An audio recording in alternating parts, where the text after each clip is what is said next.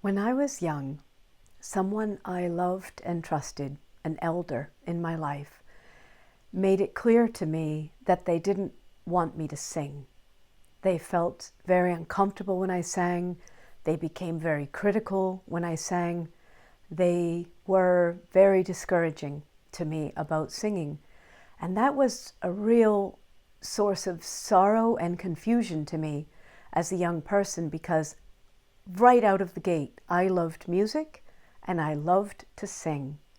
And so to hear someone that I loved and trusted tell me that it wasn't okay to sing, that I shouldn't be singing, that it was a problem for other people if I sang, really caused me some difficulties that lasted for years. However, when I was about 30, maybe early 30s, something happened that actually changed, that cleared that up and helped me see things in a new way. And I want to tell you the story of that today, because if you've ever been discouraged, actively discouraged by another person from doing what is in you to do, this video is for you. And my heart's desire is that it will strengthen you and put you on your path, because I am not exaggerating when I say we need you to do what is in you to do, to create what is yours to create, and show the way. So welcome, my friends. Fáilte a chairde, welcome. My name is Kate, and like you, I am a multi-passionate creator, and I'm also a professor of Irish language and folklore. And I like to say that this channel sits at the crossroads of Irish traditions and creative living, and that these two come together in beautiful, flourishing, helpful ways. So I'm so glad you're here. So as I mentioned, a lot of my youth, I was discouraged. I loved singing, and it was confusing because on the one hand, out in the world, I received a lot of positive feedback about my singing, about my music. And then in this particular relationship, I received a lot of discouragement, active discouragement, criticism, even just a lot of discouragement. And it really had an effect on me, to the point where even when I was making my very first record, my first, we called them that in the old days, my first collection of songs, I had to stop somewhere in the middle for practical reasons, and I just left it. And I really honestly believed that nobody would want to hear it, which turned out not to be true. But at the time, that discouragement and that really discouraging voice that had been installed in me as a young person led me to believe that no one would ever want to hear these songs. And so I kind of gave up on them, until actually the wonderful engineer got in touch and said, you know, I listened to your songs in the car, and let's finish this thing. And so I did. It was just a little bit after that when what really helped me happened. I was traveling in Ireland at the time, and I was serving as the study leader on a Smithsonian tour of Ireland. And we had gone into a pub in Sligo. We were kind of in the whole Northwest, looking around and seeing things in the Northwest. But we went to this pub, and what was happening in the pub was what they call a hen party, which is women getting ready for a marriage, right?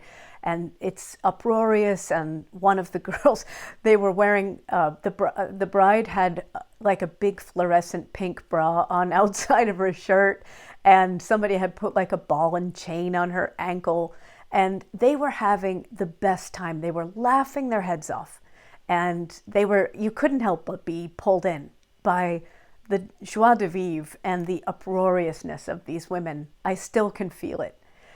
And somebody in the Smithsonian group who had heard me sing said, you should have Kate sing you a song.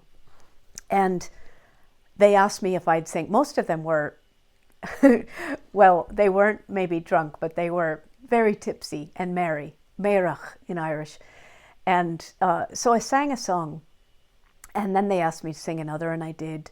And then they just subsumed me into their party, and I spent the rest of the night with them, and I had a wonderful time. And at the end of the night, the bride came over to me, and she was, by this time, absolutely ermeshke, drunk, but she was wonderful still. And she took me by the two hands, and she said, listen to me. You must not waste your life. You must sing. And the words went into me in a way they never had before. I'd had lovely things said to me, but somehow this young bride-to-be, when she looked straight into my eyes and framed it that way of, you must not waste your life, you must sing, that has stayed with me ever since. I think because she said, waste your life. And that's really what I want us to think about today, is on the one hand, the voice of discouragement, the early story of discouragement, and on the other hand, the voice that frames your art making in terms of using your life's energies to benefit yourself and everyone. And that's what I took from that. This is a way of life to make what you want to make. You know, in Irish, to sing a song is aber oran, which means to say a song. There's lots of ways you can say this.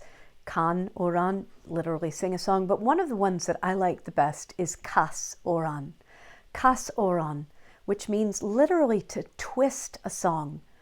And when you're making a rope, it's casu and tugain, which is to twist the rope. That's you bringing the fibers together, twisting them together.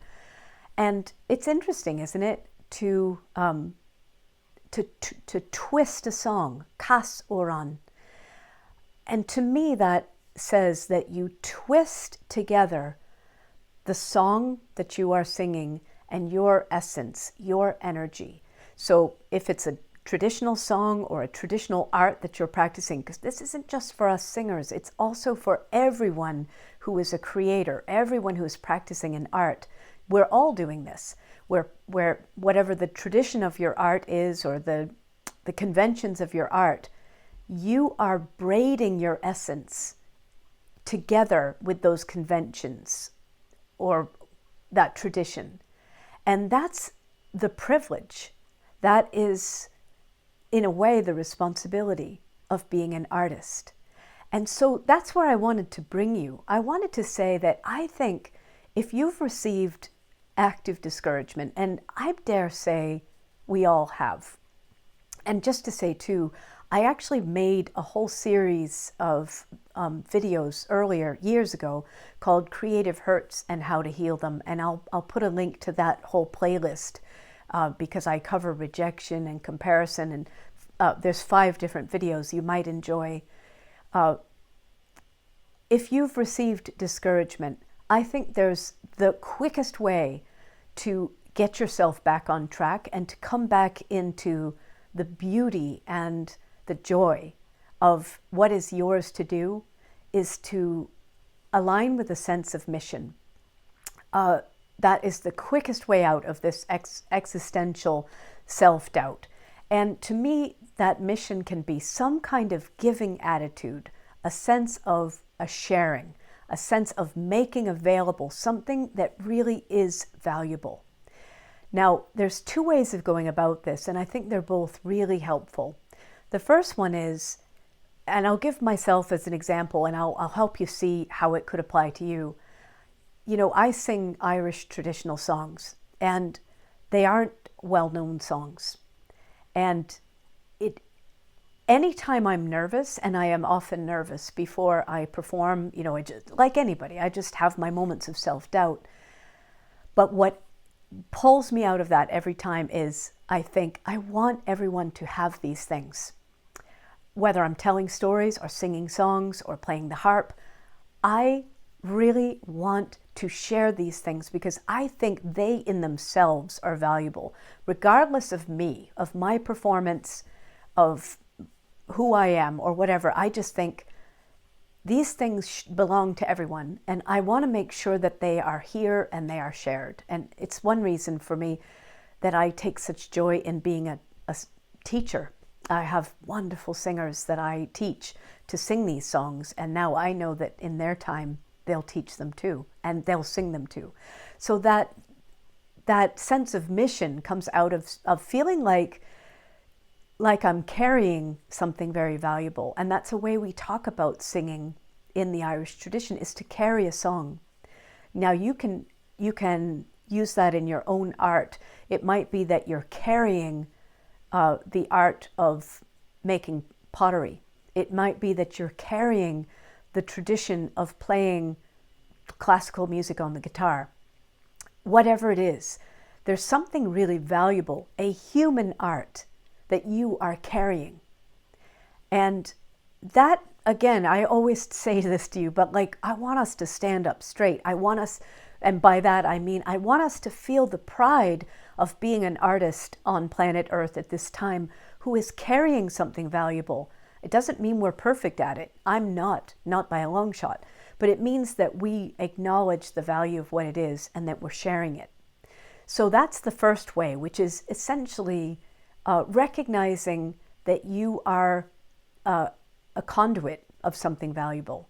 But the second way, if that seems distant to you, and also if it seems too self-effacing, the second way I want to encourage us to have that antidote to that discouragement is to recognize that simply you are representing a choice.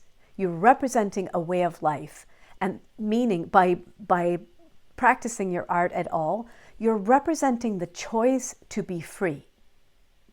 You're representing the choice to use your energy to create, often to create beauty. You're representing a way of life in which self-expression is valuable and which we value it in other people. And I can tell you this, that, we talk about things being catching or going viral. When you see somebody, a free person, embodying that spirit, that is catching in the best way. And that starts a virtuous circle. So it's emboldening, and we want that in the world. So if you have received discouragement, if that's part of your story as it is part of my story, keep coming back to that sense of mission.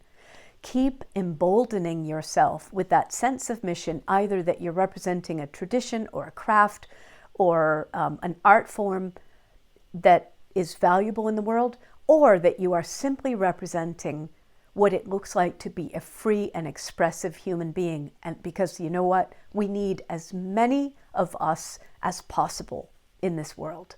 So I want to ask you, how can you frame your own sense of mission? What do you come back to when you are feeling discouraged?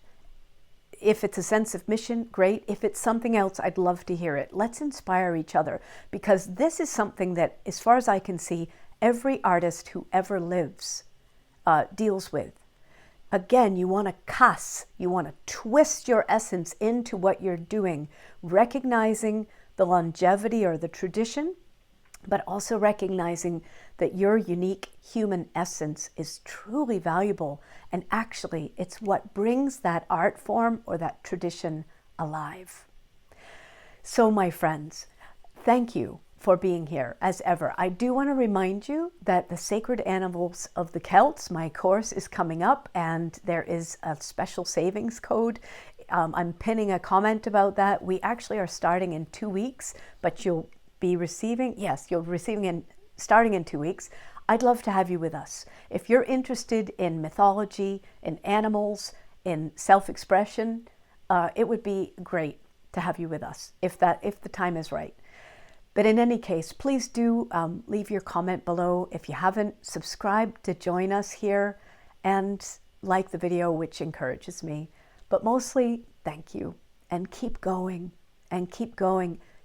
Keep connecting with your sense of mission, and please never stop. Have a great week, everybody. I'll see you next week.